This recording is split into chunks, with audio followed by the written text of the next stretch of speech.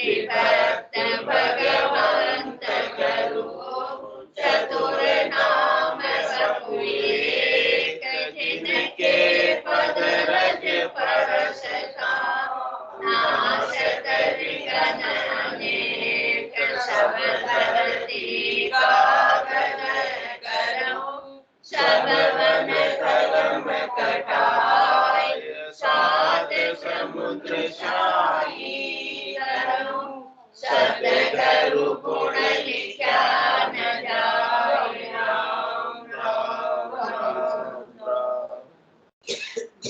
आप सभी के अंदर विराजमान परमात्मा के पावन चरणों में प्रणाम। राम। अनंत श्री सतगुरु सुखराम जी महाराज के 98 वाणी परम पिस्तावा ग्रंथ चल रहा है। महाराज फरमा रहे हैं, बादशाह की हुरमा होती लागी लार पिंजारा पड़ी पेजार पीछे पछतानी जन्म बिगाड़ियो जारा आन जार को फिर पूजे हरिसु बेमुख होई गिनका जो जन तिनकी जो रूप पतिव्रता नहीं कोई बिन ठग्यो बाणियो पिसतावे नर्तन नाम विसार्यो कह न सके मन ही मन छीजे साजी सो दे हार्यो मृग जलधाय मृग पछताया से बल से हर सुवा काच महल कुकर पिछताना यूं ही जक जक मुवा। महाराज फरमाने की जो आत्म सुंदरी है ये परमात्मा की है, बादशाह की हुरमा है, लेकिन ये शरीर संसार का संग करने की वजह से सुख प्राप्ति की इच्छा होने की वजह से पिंजारे के साथ लग गई और पिंजारे के साथ लगकर अब पछता रही है कि अब मुझे वापस हरि से मिलना है। पिंजारा रुई पीटने वाला है।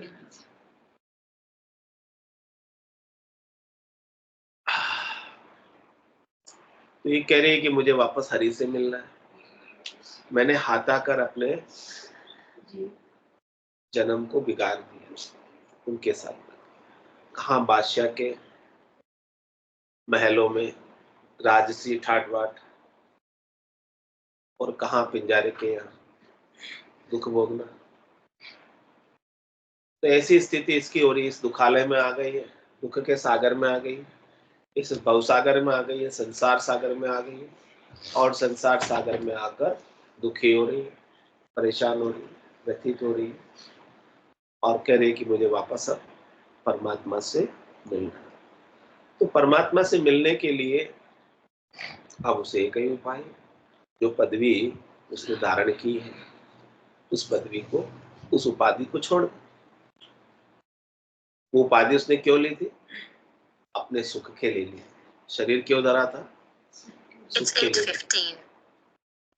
तो जब तक वो उपाधि नहीं छोड़ेगी शरीर की, जब तक वो शरीर धरना नहीं छोड़ेगी, तब तक तो शरीर के साथ दुखी और शरीर के साथ सुखी होती रहेगी। क्योंकि सुख और दुख किसके साथ? शरीर के साथ। जब तक ये चलता रहेगा शरीर का धरना, तब तक सुख और दुख का भी तांता लगा रहेगा, मिटने वाला।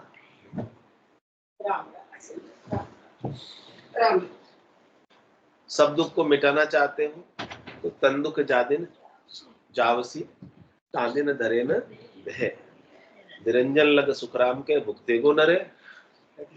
तन दुख कब जाएंगे? जब ये शरीर की उपाधि धरकर नहीं है। ये शरीर की एक उपाधि है जो इस आत्मा ने अपने ऊपर ओढ़ रखी, अपने ऊपर धारण कर रखी, अपने आप को ये शरीर मानने लग गई, इस उपाधि में आ गई। आत्मा शुद्ध चेतन है, परमात्मा का अंश है, लेकिन उस बात को तो ये भूल गए, विस्मृत हो गई। वो बात, उस बात का सुमिरन नहीं है, उस बात की उसे याद नहीं। अब सदगुरु याद दिला रहे, उस उपाधि को छोड़ो तो वापस तुम बादशाह की बेगम हो, बादशाह की हुरमा हो ही। गलती से तुम दूसरे का संग कर, गलती से तुम अपने आप को दूसरे की मानने लग गए। बिगड़ी जन्म अनेक की सुधरे अभी आज हो ही राम का नाम जब तुलसी तज तो समाज। अनंत जन्मों से इसकी बिगड़ी हुई, वो कैसे सुधर सकती है? कह रहे अभी ही सुधर सकती है और आज ही सुधर सकती। उसके लिए रिक्वायरमेंट क्या है? वो ही राम का नाम दो, तुम राम जी के हो जाओ, पूर्ण शरणागति के भाव से, समर्पण के भाव से न्योछावर हो जाओ राम। और जो तुम दूसरों के बने हुए हो, शरीर के बने हुए हो, शरीर से संबद्ध संसार के बने हुए हो, उस भाव को छोड़, तो आज ही अभी ही तुम्हारी मुक्ति हो जाएगी। बंधन है तो किसका है? शरीर का है, संसार का, इंद्रियों का, वस्तुओं का, व्यक्तियों का, उससे सुख लेने की इच्छाओं का बंधन है। वो है हमारे अंदर तो किसका है? राग है तो किसका है? परमात्मा से राग है, माया का राग। जिस दिन परमात्मा से राग हो जाएगा तो परमात्मा भी मिल जाएगा। लेकिन अभी तक तो राग, हेत, मोह, आसक्ति, चाहना, इच्छा, वासना, आशा, तृष्णा, मनोरथ, मनोकामना, संकल्प, विकल्प किसके बने हुए? सब माया के बने हुए, संसार के बने हुए। और जब तक संसार के बने रहोगे तब तक तुम्हारा कह रहे आन जार को फिर पूजे। पूज रहे हैं ना? क्यों पूज रहे आन जार को? क्योंकि हमें आन जार से सुख चाहिए, शरीर संसार से सुख चाहिए, इंद्रिय वस्तुओं से सुख चाहिए। जिससे सुख चाहिए उसको पूजो, उसी को प्रधानता दो, उसी को मान्यता दो, इससे सुख मिलेगा। तो ऐसे सबल समर्थ परमात्मा की शरण को छोड़कर अन्य से सुख लेने की इच्छा रख, कह रहे महाराज आने जार को फिर पूजे। यदि तुम इस प्रकार से अन्य से सुख लेने की इच्छा रखोगे, परमात्मा के शाश्वत आनंद को छोड़कर, सद्य सुख लील विलास को छोड़कर, जो सुख चाहे तू सदा शरण राम की ले, के नानक मेरे मना, ये दुर्लभ मानुष सुख का सागर राम है, दुख का भंजन हार, राम चरण तजिए नहीं, तजिए बारंबार। तो इस प्रकार का कार्य तो नहीं करते जो सत्य सुख लील विलास आनंद प्रदान करते, और शरीर संसार के छोटे मोटे सुखों के लिए जो सुख केवल भ्रम है, जो सुखों की केवल आभास है, जो सुखों की केवल प्रतीति है, उन सुखों के लिए ही हम दौड़ लगाते हैं, भागते हैं, उन्हीं के पीछे जाते हैं। तो महाराज के उनके पीछे जाने का क्या तात्पर्य? आन जार को फिर यानी अनात्मा को पूछते। आत्मा के अलावा सब कुछ अनात्मा है। शरीर भी अनात्मा है, मन बुद्धि चित्त अहंकार भी अनात्मा है, ये प्रकृति भी अनात्मा है, 33 कोटि देवता भी अनात्मा है। जितने भी ये सब आत्मा के अलावा, ब्रह्म के अलावा, केवल राम के अलावा, वो राम पाप पुण्य दुनिया सुन्यारा, भरम करम दुनिया सुन्यारा, जहां सु रहो लिवलाई, कै सुख राम राम बिन जग में। क्या बोला? सब ही कर्म उपाय, और कुछ भी करोगे तो उससे शुभ या अशुभ कर्मों का बंद हो। तो अपन यहाँ किस लिए आए? कर्म बांधने आए तो काटने आए। तुम्हारा चेहरे है कि काटना चाहते हो तो एक राम जी का नाम है, नाम से निज नाम है, और निज नाम से अपने सत्य स्वरूप को पाना है। सत्य स्वरूप आपके पास है, सब सतलोक माए हैं, सतलोक सबके माए, लेकिन माया मोसु उलझिया ताते सूझे नहीं। सदगुरु आपको सूझ वाली आंख दे रहे, आपको सुझा रहे, आपको ज्ञान दृष्टि दे रहे, आपको सुरत दृष्टि दे रहे, आपको ब्रह्म दृष्टि दे रहे।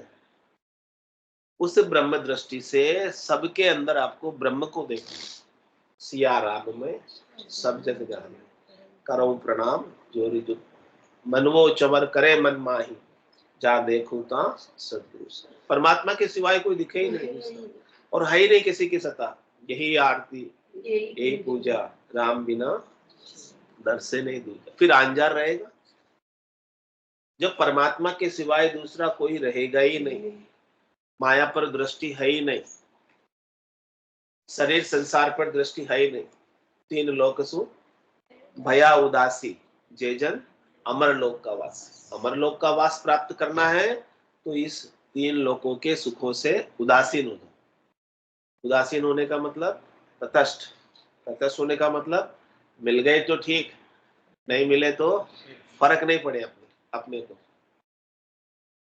अपन दुखी नहीं हो नहीं मिले तो, उसके लिए व्याकुल नहीं हो, परेशान नहीं हो, त्रास नहीं हो। मिले तो अच्छा, नहीं मिले तो और भी अच्छा। ऐसी स्थिति है, सहज वृत्ति में आ जाओ। तो महाराज कह रहे आन जार को फिर पूछे, लेकिन ऐसी सहज वृत्ति नहीं होने की वजह से दुखी होते हैं शरीर संसार के सुखों के लिए और भागते फिरते। आन जार को फिर पूजे, तो फिर पूजने की वजह से हरिसु बेमुख। जो हरि समर्थ है उनसे तो आप विमुख हो गए, उनके सद्य सुख लील विलास का आनंद तो नहीं ले रहे और शरीर संसार के सुखों की तरफ दौड़ लगी। और यदि आप विमुख से सन्मुख हो जाओ तो सन्मुख होई जीवमय जबई, जन्म कोटि अग नासई तभी। करोड़ों जन्मों के अग पाप का नाश हो जाता है यदि सन्मुख हो। और विमुख हो गए तो सन्मुख और विमुख की पहचान बताइए कि कौन तो सन्मुख है और कौन विमुख। अपनी प्रधानता क्या है। जिनको अपने स्वरूप बोध की प्रधानता है, आनंद स्वरूप की प्राप्ति की प्रधानता है, घटपटों की प्रधानता है, वो तो परमात्मा के सन्मुख। और जिसकी प्रधानता केवल शरीर है, संसार है, मन है, चित्त है, बुद्धि है, वो मनमुखी है, वो विमुख। गुरुमुखी नहीं। गुरुमुखी वही है जो अपने आनंद में लीन रहे, स्वरूप में लीन रहे। तो महाराज कह रहे स्वरूप में तो लीन हुआ नहीं क्योंकि स्वरूप की पहचान नहीं हुई। तो आन जार को फिर पूजे, हरिसु बेमुख हुई, हरि से विमुख हो गए। और ये किसकी तरह महाराज ने दृष्टांत देकर समझाया ताकि आसानी से सबको समझ में आ जाए कि गणिका जो जिन तिन की जोरू पतिव्रता नहीं हुई। गणिका वेश्या कहते हैं, वो हर किसी से सुख की चाहना रखती है तो वो पतिव्रता नहीं कहलाती। ऐसे ही परमात्मा से सुख लेना है इस आत्म सुंदरी को, या हर किसी से सुख लेना है। हर किसी से सुख लेगी तो क्या कहलाएगी? वेश्या, गणिका।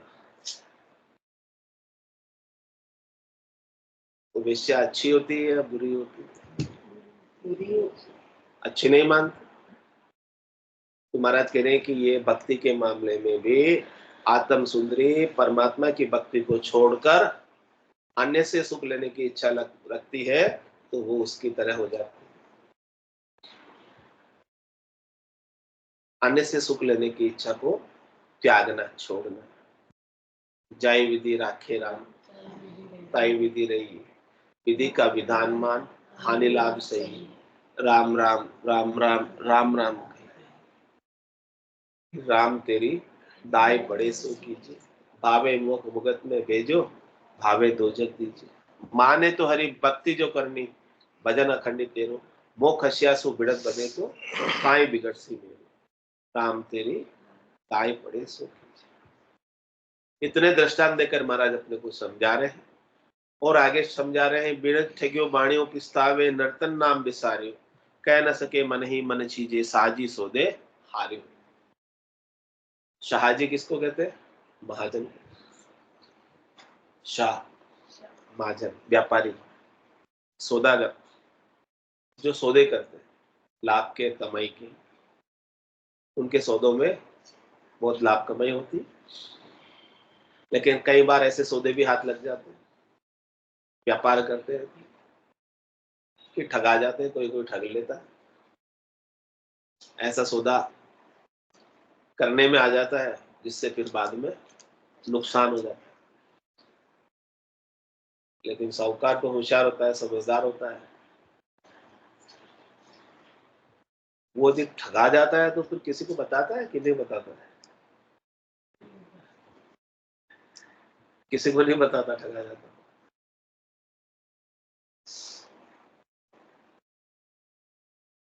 ठगायो बाणियो और कुटायो राजपूत, किसी को नहीं बताता।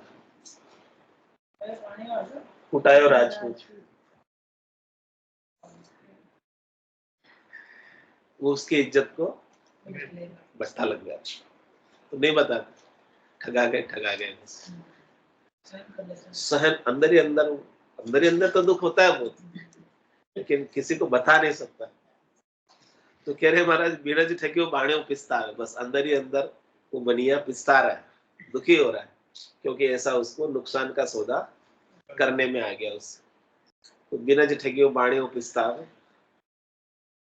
तो महाराज कह रहे ऐसे ही नर्तन नाम विसारियो, ये नर्तन पाकर आप इस संसार में, भवसागर में, भरतखंड में कमाई का सौदा करने हैं। सौदागर चलिया जीव सौदे, भरतखंड में आया, कहीं का कर गया लाभ कमाई और कहीं एक मूल ठगा। तो जो समझदार है, होशियार है, वो तो लाभ कमाई करके जाते, जो ना समझ है वो ठगा कर जाते। तो महाराज कह रहे कि आप सब यहाँ पर व्यापार करने, कमाई करने आए, भरतखंड में, परदेश में आए अपने निज घर को छोड़। तो यहाँ पर कमाई करो, और यदि कमाई सच्ची नहीं हुई साथ लेकर जाने वाली, तो फिर ठगा के जाओगे अपने स्वास्थ्य को भी, अपने समय को, अपने नर्तन को। ये नर्तन को पाकर यदि आपने हरि के नाम का सुमरन नहीं किया, हरि को विसार दिया, हरि को जाना नहीं, हरि को पाया नहीं, हरि का आनंद नहीं लिया, तो फिर पिस्ताने के सिवाय और कुछ आपके हाथ में नहीं रहेगा। तो ले जाने वाला तो कितना ही साथ नहीं ले जाए, उसको कितना ही कमा जाओ चाहे बिना कमाए जाओ, चला तो गया ही वहां, चला तो गया। क्या मतलब इससे अच्छा अपनी कमाई करके जाता, उसको तो फायदा होता, उनको तो फिर तो कहते हैं कि रीतो है आयो रीतो ही जासी, भूख को प्यासो ना, अंदर लक्ष्मी छोड़ चले गो, साथ में चाले रागो। राम नाम के मोती चुनकर एक दिन माला माल हुए, धन दौलत के बने पुजारी, आखिर वो कंगाल। वो उनको खाली हाथ ही जाना पड़ता है, जैसे सिकंदर गया, विश्व विजेता था, पूरी जिंदगी लड़ाई करके, हाँ, सब शत्रुओं को परास्त करके पूरे विश्व पर उसने विजय प्राप्त कर ली। It's 8:30. हाँ, लड़ते रहे,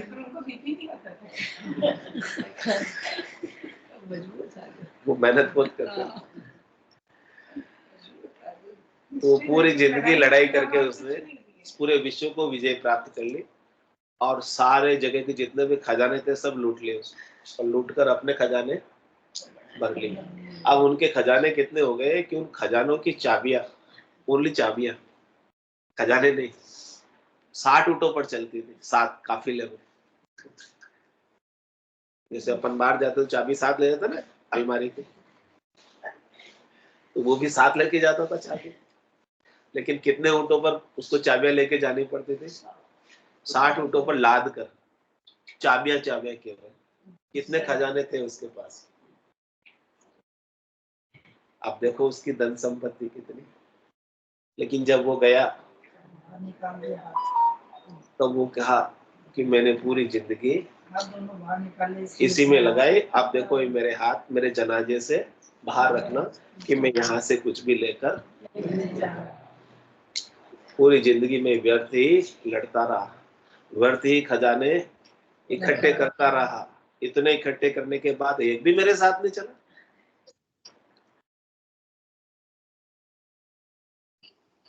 और यदि वो साथ चलने वाली कमाई की होती, ये नर्तन पाकर राम नाम का सुमरण कर लिया होता, परमात्मा पद की प्राप्ति कर ली होती, तो वो कमाई उसके साल चाहिए।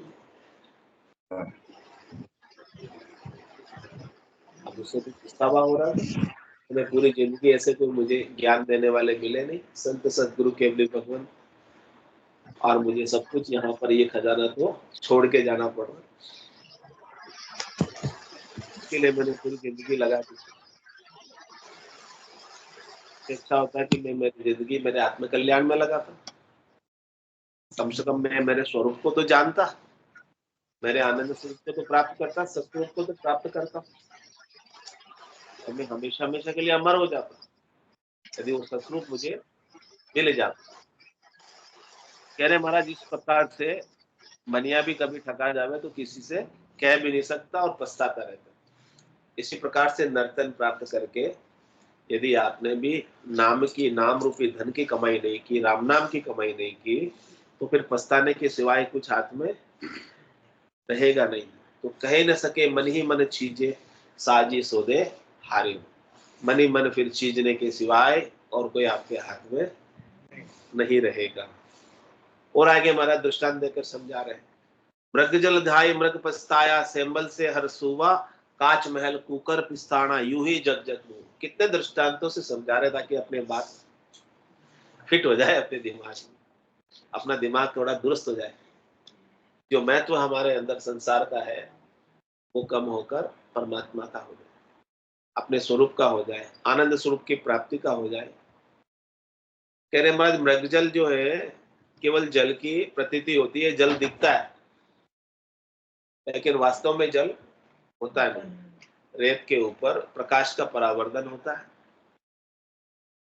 और हिरण प्यासा होता है, उस पानी को पीने के लिए वहां तक की दौड़ लगाता है क्योंकि उसे पानी दिख रहा था, आंखों से दिख रहा है, उसे कैसे झूठा मान सकते?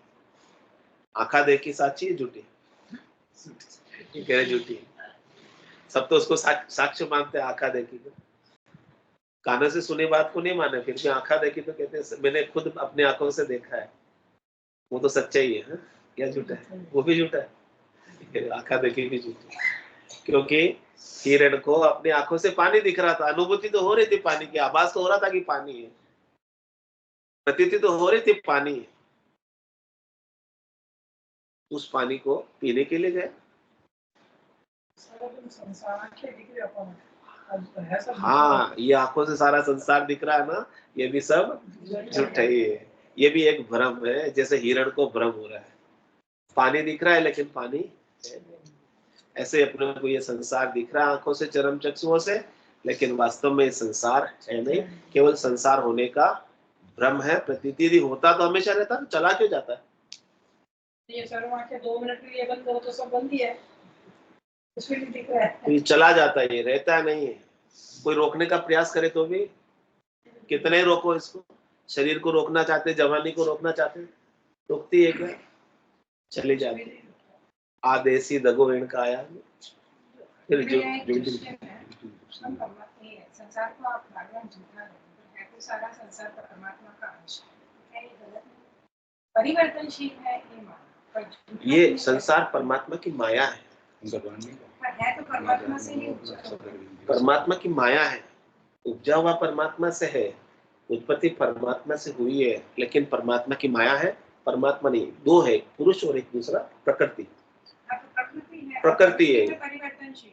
हाँ, ये प्रकृति परिवर्तनशील है, इसीलिए तो झूठी कहते हैं, सच्ची नहीं है, रहती नहीं है। अपने को हेत करना है तो किसे? परमात्मा से, प्रकृति से, बदलने वाली। जो जो जो बात बात पे बदल जाता है उसको झूठा कहते हैं, सच्चा कहते हैं? बात बात पे जो बदल जाता है उसको क्या कहते हैं? जो अपनी बात पे नहीं टिका रहता, बदल जाता है, वो उसको कहते हैं झूठा कहते हैं, सच्चा कहते हैं। सोना जो अपना रंग बदल दे उसको सच्चा कहेंगे, झूठा कहेंगे? प्रकृति को काला हो जाएगा, परमात्मा नहीं, काला हो जाएगा सोना, क्या कहेंगे? कुछ बोलो, थोड़ी देर कुछ बोल, ये बोलेंगे झूठी है बात, तो ये प्रकृति बदल रही, परिवर्तनशील है। हाँ, सत है तो वो बदलता नहीं, ये पहचान सत की है। वो कल भी था, आज भी है, कल भी रहेगा, जैसा है वैसा ही रहता। उसका कभी जन्म नहीं होता, उसका कभी मरण नहीं होता, उसका आदि है ना अंत है सत का, लेकिन असत का तो आदि भी है, अंत भी है, उत्पत्ति भी होती है और विनाश भी होता है। वो एक निश्चित समय के लिए, वो काल के आधीन है, प्रकृति हमेशा काल के अधीन है, परमात्मा कालातीत। इतना अंतर समझो। तो अपने को काल के अधीन से छोड़कर कालातीत को प्राप्त करना। प्रकृति गुणों के अधीन है, रज सत्व और तम तीनों गुणों के अधीन है, और गुणों के अंदर बदलाव चक्र से चलता रहता है। आपको गुणातीत होना है, रज सत्व और तम तीनों गुणों से ऊपर उठना, अलग होना। तो ये प्रकृति किसकी बनी हुई है? 5 तत्व 3 गुणों का, ये घारा और ईंटें सब इससे बनी हुई। इसका ये बना हुआ ये अपना महल है, ये बंगला है जिसमें अपन रहते हैं। जिसमें कौन रहते हैं? नारायण परमेश्वर। तन देवल बिच आत्म देवा, निर्गुण भक्ति भजन है बेवा। ये तन रूपी देवल के अंदर परमात्मा का वास है, आत्म देव का वास है, जो परमात्मा देव की अंशों, परमात्मा देव की जाति के, प्रकृति की जाति के नहीं इन दोनों में। लेकिन इन दोनों का एक संबंध बन गया। ये संबंध ग्रंथि हो गई, इन दोनों में एक जुड़ाव हो गया। उस जुड़ाव को सदगुरु अलग कर रहे, न्यारा कर रहे, इतना ही कर रहे कि आप वो नहीं हो। आपने अपने आप को प्रकृति से जुड़ा हुआ मान रखा है, जबकि आप प्रकृति से बिल्कुल अलग अलग स्वरूप का बोध कर। वही ज्ञान है, वही ब्रह्म ज्ञान है, वही ब्रह्म विद्या है, वही केवल एक ज्ञान है। केवल यानी ओनली एक, दूसरा किसी का अस्तित्व नहीं है। अब बताओ, सूर्य के बिना किरण का अस्तित्व है क्या? इसी प्रकार से इस माया का अस्तित्व नहीं है। केवल अस्तित्व है तो किसका? सूर्य का है ना। अस्तित्व है तो किसका? परमात्मा का है। सोने के बिना आभूषण का अस्तित्व है क्या?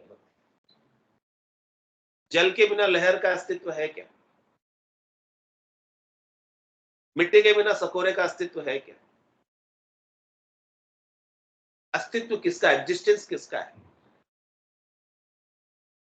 मिट्टी का ही, जल का ही है, सोने का ही है। इसी प्रकार से अस्तित्व है तो केवल परमात्मा का है, दूसरा तो केवल दिखाई देता है थोड़ी देर के लिए। आभूषण बना है सोना तो कितनी देर के लिए बना है? लहर बनी है तो कितनी देर के लिए बनी है? लहर उपजी, हवा आई, पानी में लहर उपजी और फिर वापस। सकोरा बना है तो कितनी देर के लिए बना? जब तक फूटा नहीं, फूटा और वापस। तो वास्तव में तो मिट्टी है, सकोरा तो है नहीं। कहते हैं सकोरा थोड़ी देर के लिए, ऐसे ही कहते हैं अपने को मनुष्य थोड़ी देर के लिए। कितनी देर के लिए? मतलब पानी के बुदबुद की तरह।